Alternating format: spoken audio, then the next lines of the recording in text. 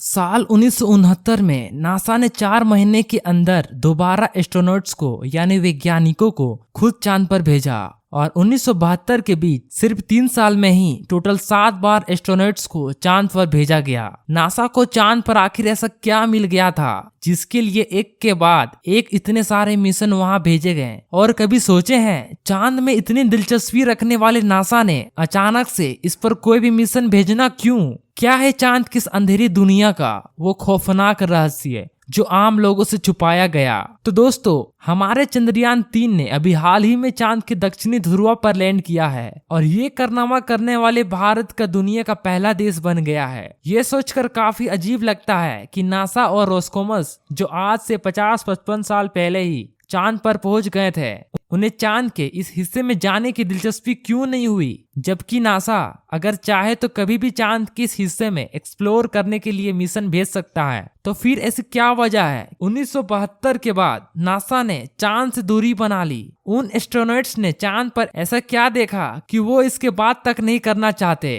क्या इसका संबंध उन एलियन से है जिनके चांद पर होने की कहानी हमें सदियों से सुनते आए हैं, या फिर इसका कारण कुछ और है? चलिए हम चांद की इस अंधेरी दुनिया का रहस्य जानते हैं। इसलिए इस वीडियो को देखते रहिए क्योंकि इस वीडियो में इस राज से पर्दा हटाने वाले हैं। दोस्तों, 1969 में जब नासा ने अपने अपोलो मिशन 11 को पूरा किया और नील आर्मस्ट्रॉन्ग, बज एल्ड्रिन चांद पर कदम रखने वाले पहले इंसान बने, तो दुनिया भर में चांद में इंसानों की बस्ती बसाने की बात शुरू हो गई। आप में से काफी सारे लोग ने अपने बचपन में इस तरह की बातें को जरूर सुना होगा कि इंसान अब चांद पर बसने जा रहे हैं, वहां जमीन बेची जाएगी और पृथ्वी की तरफ फ्लोटिंग होगी, साथ ही चांद अब इंसानों के दूसरा घर बन जाएगा। लेकिन आज इस तरह की कोई भी बात सुनने को नहीं मिलती। इसका कारण यह है कि जिस नासा ने इन सारी बातों को जन्म दिया 1972 में, अचानक उसने खुद ही चांद में दिलचस्पी लेना बंद कर दिया और धीरे धीरे बातों को लोग भूल गए। लेकिन नासा ने ऐसा क्यों किया? इसके पीछे अलग अलग स्पोर्ट अपने अलग अलग कॉन्स्पिरेसी थ्योरी देते हैं। ऐसी एक थ्योरी में बताया गया है कि अपोलो 11 मिशन के दौरान नील आर्मस्ट्रॉन्ग और बज एल्ड्रिन ने चांद पर बड़े बड़े टावर से देखे थे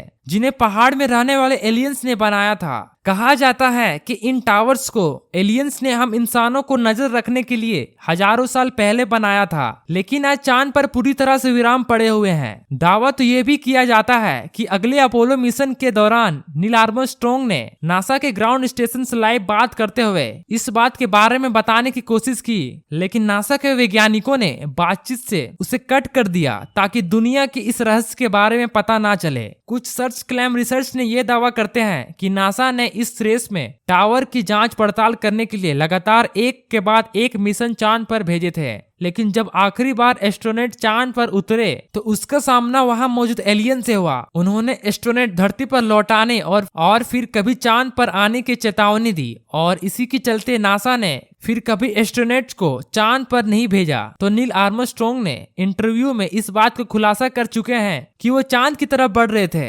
तब एक अजीब और अज्ञात परछाई ने काफी देर तक उसका पीछा किया था। इस रात में चीज की आकृति यूएफओ यानी अंतरिक्ष यान की जैसी थी। इसके अलावा अपोलो मिशन प्रोग्राम में शामिल रहे कई वैज्ञानिक चांद पर एलियंस के मौजूद होने की तरफ इशारा कर चुके हैं। हालांकि ये लोग खुलकर कुछ नहीं कह पाते। इसे देखकर ऐसा लगता है कि मानव उनके ऊपर चुप रहने का कोई दबाव है, लेकिन कई बार एस्ट्रोनॉट इशारों में अपनी बात करने की कोशिश कर चुके हैं। साथ ही खुद सेल्फ क्लेम रिसर्च कहते हैं कि चांद अंदर से खोखला है और इसके अंदर एक पूरी एलियन सभ्यता निवास करती है, खास तौर पर चांद के दक्षिण ध्रुव पर। लेकिन इस तरह की बातें सबसे ज्यादा कही जाती है क्योंकि यहाँ हमेशा अंधेरा रात होता है और इस एरिया में इतने बड़े बड़े गड्ढे हैं कि उनके अंदर पूरा शहर समा जाए। आपको बता दे कि यहाँ मौजूद एटिकन बेसिन नाम का एक गड्ढा चांद नहीं बल्कि पूरी सोलर सिस्टम को सबसे बड़ा गड्ढा माना जाता है। इस गड्ढे का व्यास 2500 किलोमीटर और गहराई 8 किलोमीटर है। कुछ रिपोर्ट में ये गहराई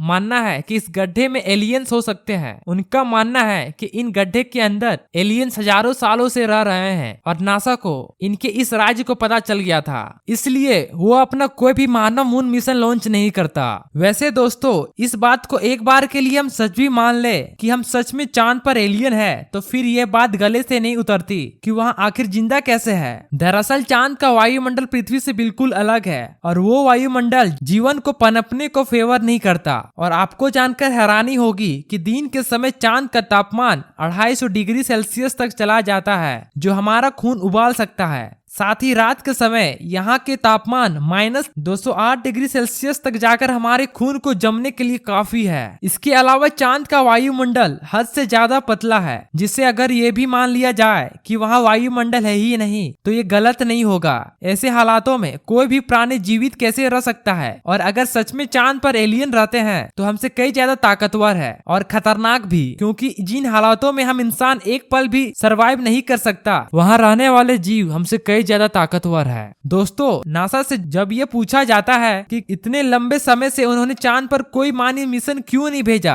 तो उनका ये जवाब आता है कि चांद पर खोजने जैसा कोई नहीं है और वो मिशन भेजना पैसों की बर्बादी है। हैरानी की बात होती है कि 2008 में जब भारत ने अपना पहला चंद्रयान 1 मून मिशन लॉन्च किया, तब दुनिया को पता चला कि चांद पर पानी भी मौजूद है, जबकि भारत में इस मिशन लैंडिंग में शामिल नहीं थी। यानी हमारे चंद्रयान ने चांद की ऑर्बिट में घूमते हुए इसकी सतह पर पानी की खोज की, जबकि नासा अपने एस्ट्रोनॉट को चांद पर उतारकर ये पता नहीं लगा पाया। और ये बात गले से नहीं उतरती है। बहुत से लोग ये कहते हैं कि नासा को चांद पर पानी के बाद बहुत पहले से पता चल गई थी, लेकिन उन्होंने दुनिया से इस बात को उन्होंने जानबूझकर छुपाया था, ताकि लोगों को यकीन हो जाए कि चांद पर खोजने लायक कुछ नहीं है और उन्हें इसमें कोई दिलचस्पी ना रहे। अगर ये बात सच है तो ये सवाल उठता है कि नासा आखिर इन चीजों को आम लोगों से क्यों छुपा रहा है। उसके ऊपर ऐसा दबाव क्या है, या उसकी ऐसी कौन सी मजबूरी है कि लोगों को इसके बारे में कुछ नहीं बता सकता। इसका जवाब किसी के पास नहीं है।